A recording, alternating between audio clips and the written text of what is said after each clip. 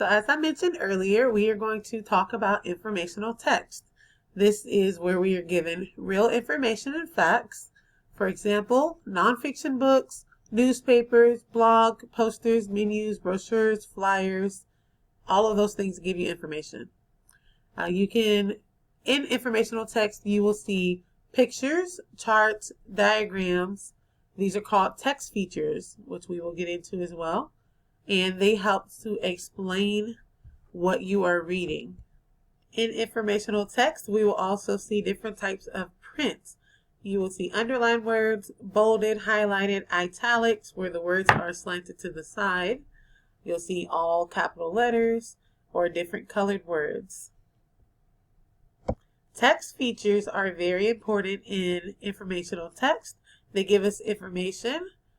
They help us to understand the text, and they make the text fun to read and look at.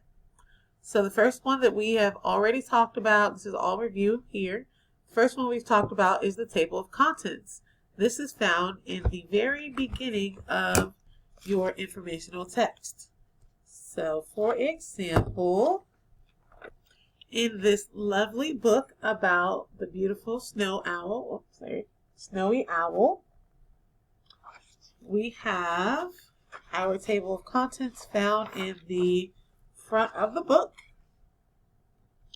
And this gives us where we can find something in the book instead of having to flip through every page. Next, we have headings. Headings are going to be found at the top of the page.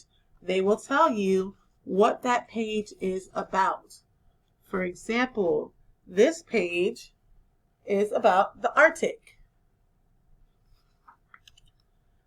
Then there are captions. A caption is going to be located either below or next to a picture, sometimes even above, and it is going to tell you what that picture is about.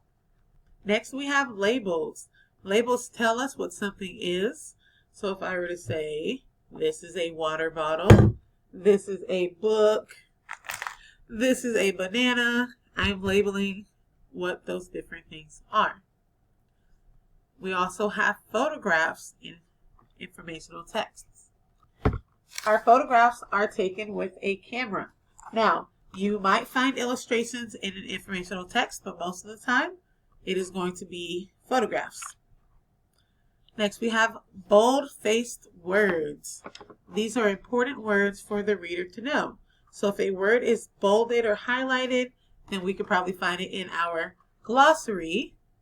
And our glossary will tell us what that word means. So again, these different text features help us to understand the informational text that we are reading.